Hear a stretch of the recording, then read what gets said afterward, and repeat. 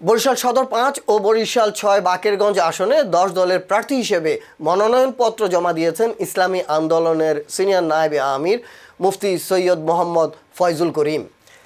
রোববার ২৮ ডিসেম্বর বরিশাল জেলা প্রশাসকের কার্যালয়ে প্রস্তাবক ও সমর্থকদের সঙ্গে নিয়ে তিনি জেলার রিটার্নিং অফিসার ও জেলা প্রশাসক খায়রুল আলম সুমনের কাছে আনুষ্ঠানিকভাবে মনোনয়নপত্র জমা দেন।